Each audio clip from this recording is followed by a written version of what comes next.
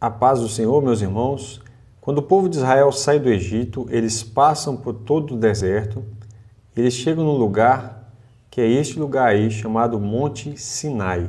Às vezes você vai ler na Bíblia, está escrito Sinai, ou em determinados textos vai falar Horebe, tá ok? Então Horebe e Sinai estão falando do local onde Deus deu a lei. Eu estou filmando aqui, né, para que você possa acompanhar. Esse povo de Israel, eles passaram a habitar em tendas. Quando eles saem do Egito, eles passam a habitar em tendas. Você está vendo aqui, né? Cuidado do cidadão, por exemplo, com os seus animais, né?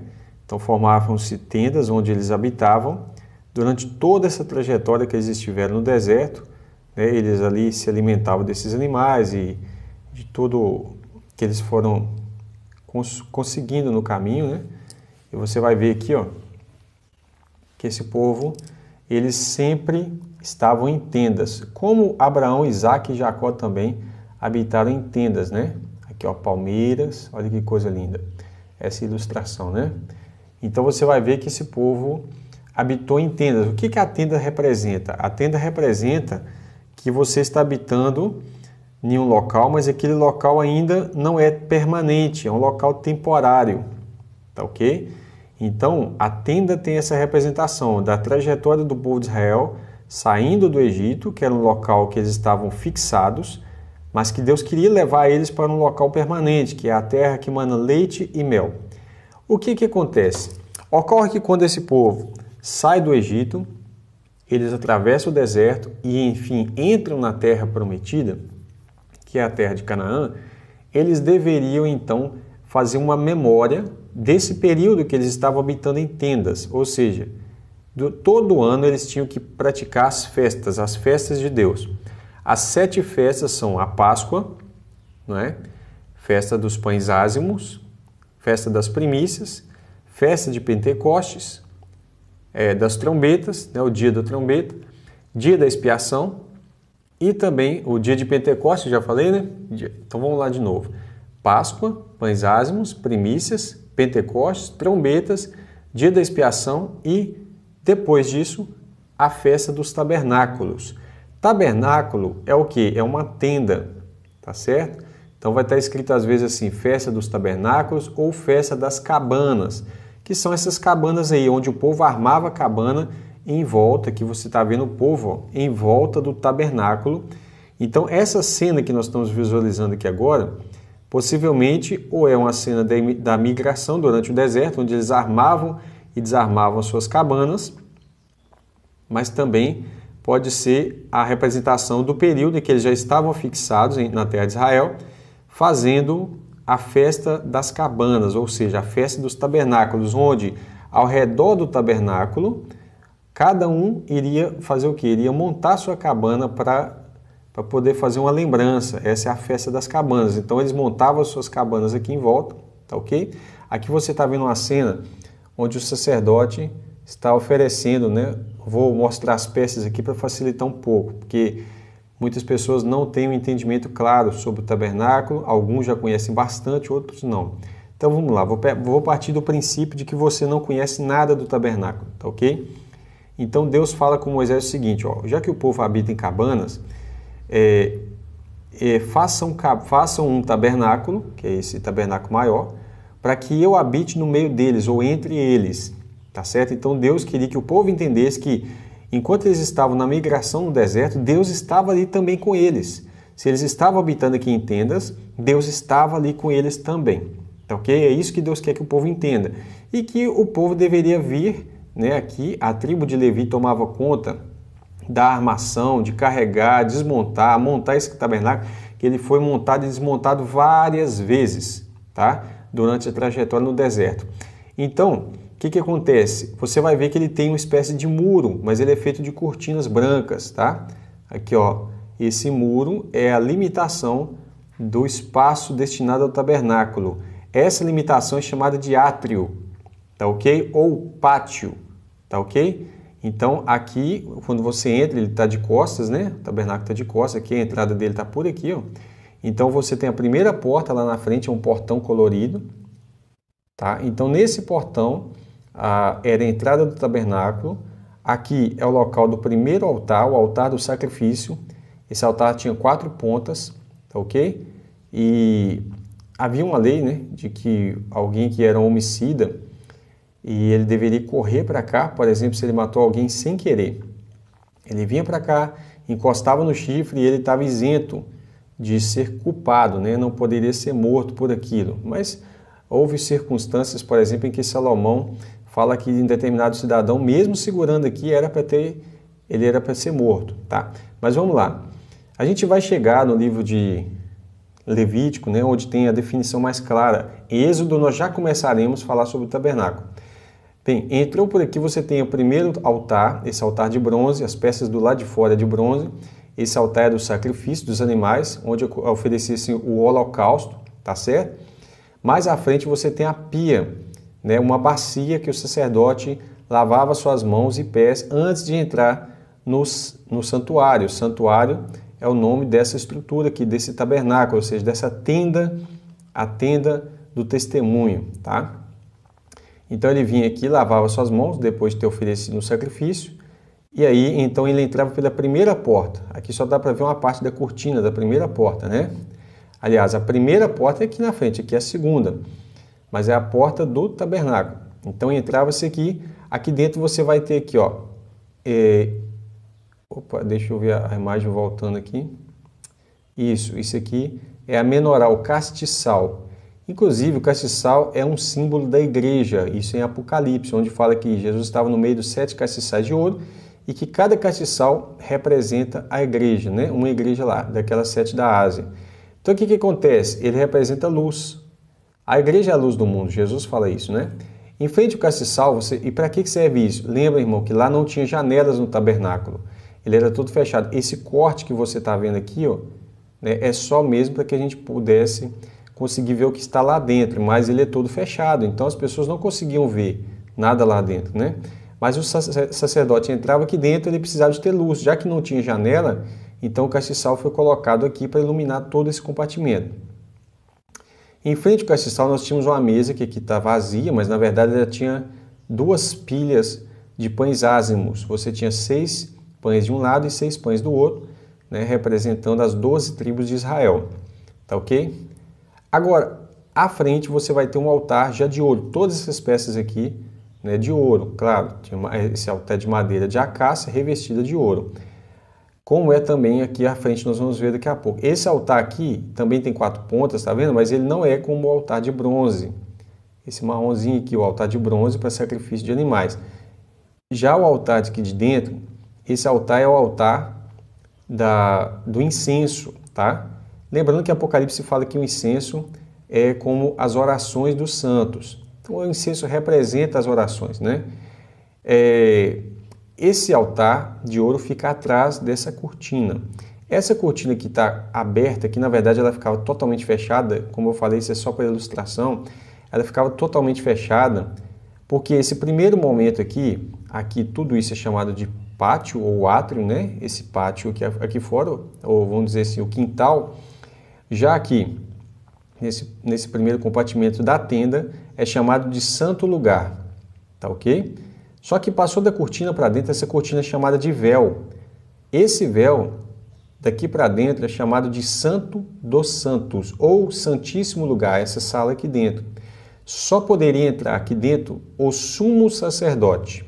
Os demais sacerdotes poderiam entrar aqui, ó. Todo dia eles tinham que entrar para manter a luz acesa, não podia apagar essas lâmpadas, tá certo? Para trocar o incenso, né? Para colocar incenso. Os pães, todo sábado era trocado, os pães da proposição, mas da cortina para dentro, ou seja, do véu do véu do tabernáculo para dentro, somente o sumo sacerdote. O que é o sumo sacerdote? É o principal desses sacerdotes. Um deles era eleito, tinha uma veste diferenciada, tá? Ele representava Cristo, mas ele só poderia entrar aqui também uma vez por ano, e essa vez que ele entrava aqui era no dia da expiação, tá ok? Então ele entrava aqui dentro, e aqui dentro você encontra uma peça chamada de Arca da Aliança, onde tinham 2 querubins, né, voltados para baixo, e a tampa dessa Arca da Aliança é chamada de propiciatório. propiciatório, propiciação. Isso lembra que Paulo fala sobre que Cristo é a propiciação dos nossos pecados. O que é propiciar? Ser propício é ser favorável, tá ok?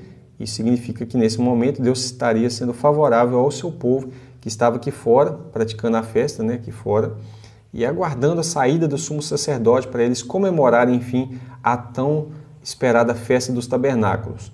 Então, irmãos, eu estou tentando explicar aqui de uma maneira bem simples sobre o tabernáculo para aqueles irmãos que não têm entendimento. Talvez você já tenha um entendimento muito profundo de tabernáculo e não vai entender o propósito desse vídeo, tá ok? Eu vou colocar aqui também uma outra imagem do tabernáculo de frente. Deixa eu pegar um outro livro aqui. Vamos lá. Aqui, ó. Olha que cena linda, tá? Esse é o tabernáculo. Deixa eu puxar aqui para ficar mais visível, né? Então, olha aí, ó, o tabernáculo. Você pode ver as cabanas em volta aí, né? Em volta do tabernáculo, um camelo, né? Um dromedário, não sei que animal é esse. E você vai ver que aqui à frente, ó, agora sim, olhando de frente, você tem o portão, né? Essa porta principal de entrada. Tem o altar do sacrifício. Aqui assim você vai ter, o altar de bronze, olha, a pia, né? A pia, bacia de bronze. Interessante o detalhe é que ela foi feita com a oferta das mulheres, onde foi colocado os espelhos que elas deram de oferta por aqui dentro. E a água ficava em cima do espelho, né? E isso tem um simbolismo muito interessante. Mas vamos lá. E aqui você tem as colunas do tabernáculo, onde segurava ele, né? Tá vendo que agora ele já está totalmente fechado. Ele era assim. O povo não conseguia ver o que estava lá dentro. E um detalhe interessante é que o tabernáculo ele era montado de dentro para fora, não de fora para dentro, como é uma construção comum, tá ok? Esse é um detalhe importante. Quando fazemos um estudo do tabernáculo, geralmente alguns autores colocam significado em tudo, inclusive nessas pontas dessas estacas que está segurando a corda aqui, tá vendo? Alguns associam isso, por exemplo, com o prego, né, que vinha na cruz de Cristo, porque todo esse tabernáculo tem uma representação de Cristo, né? Alguma ligação com Cristo e a sua igreja. Mas vamos lá. Dito isso aqui, esse é o tabernáculo primeiro, né? Que foi feito com Moisés no deserto. Porém, o que vai acontecer? Deixa eu virar aqui. Aqui, ó, você tem uma figura do altar de bronze, está acontecendo um toque do shofar, né? As trombetas e tal. E um sacrifício está ocorrendo aqui. Deixa eu me virar aqui também. Essa é a planta do tabernáculo. Deixa eu ver se eu consigo uma posição boa aqui. Né? A planta do tabernáculo, como você já viu. O altar do sacrifício. E a pia, a entrada, o lugar santo. Os 7 braços do castiçal de ouro, né? O altar de incenso. O altar, aliás, a mesa do pão. O altar de incenso, o véu. E a arca da aliança. Isso foi no primeiro momento. Olha que roupa chique, deixa eu deixar aqui sim, do sumo sacerdote. Olha uma réplica da Arca da Aliança. Tá aqui uma réplica dela, conjectural, né? Ou seja, porque ninguém viu essa arca ainda, atualmente, né? E aqui você tem a roupa do sumo sacerdote. Olha que coisa mais linda, tá? Lindo mesmo, porque... E aqui ele está colocando... Está passando sangue na ponta do altar. Você vê que ele está aqui, ó, carregando no seu peito 12 pedras coloridas. As pedras têm cores diferentes. Essas 12 pedras representam as 12 tribos de Israel. Tem uma coroa de ouro, escrito Santo ao Senhor, né? Então, esse sumo sacerdote, na verdade, toda essa roupagem dele representa Cristo, tá ok? Você vai ver que a Cidade Santa também... ela tem uma ligação com essas 12 pedras aqui e nós vamos falar disso mais para frente, tá? Vamos lá. Aqui você já está vendo o templo de Salomão, porque quando Davi vê, vou voltar aqui, quando Davi vê esse tabernáculo, ele fala, eu habito num palácio, né? E a casa de Deus habita em cortinas, que são essas tendas que eram feitas de cortina. Então ele teve o desejo de fazer... aqui, ó, você tem uma réplica aqui do tabernáculo, olha que legal. Não sei se vai conseguir tirar a imagem e ficar embaçada, né? Mas, então ele tem um desejo. Deus não permite Davi fazer o templo, mas permite Salomão. Então Salomão faz esse templo aqui. Você está vendo aqui um altar de sacrifício agora bem maior, né?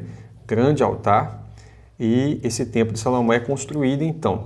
Está aqui, ó, uma réplica, um desenho, né, desse templo de Salomão, vários, que você vai ver várias pias agora, você vê que a nação está muito maior, o número de sacrifício é muito maior também, né, e lá por dentro muito bem decorado, tá? Você está vendo aqui atrás. Agora, o que vai acontecer? O povo, depois do templo de Salomão ser destruído, né, eles vão ser deportados para a Babilônia. Então, lá na Babilônia, eles começam a fazer o seguinte, montar sinagogas. O que são sinagogas? A palavra sinagoga significa literalmente lugar de reunião. Então, a sinagoga é esse aqui, ó, por exemplo, tá? Então, aqui você tem tipo um púlpito, e púlpito você vê na Bíblia, Esdras falando sobre púlpito, né? E aqui era onde era ministrado. O povo começou a se reunir para falar da lei de Deus. E quando eles voltam da Babilônia, eles continuam com esse costume em vários lugares do mundo, inclusive em Israel. Então as sinagogas serviram de modelo para os cristãos também se reunirem em algum local determinado para estudar a Escritura, tá? Você vê que são chamados de salão, alguns chamam de templo, mas não é um templo, né? Porque templo só tem um em Jerusalém. Ainda que as pessoas dizem, mas eu vou no templo da minha igreja. Na verdade, não é um templo. Templo é só um. E já foi destruído. Então, toda vez que alguém fala templo, você precisa entender salão, tá ok? Um lugar de reunião. Aqui você tem, né, o templo de Salomão. Na verdade, esse aqui já é o templo de Herodes, né? Deixa eu pegar uma imagem muito linda dele aqui, ó.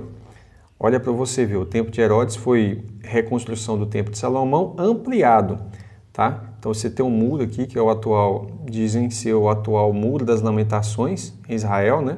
Só um pedaço, uma parte desse muro ficou e o templo está aqui, a parte principal dele. O templo literalmente está aqui dentro, tá?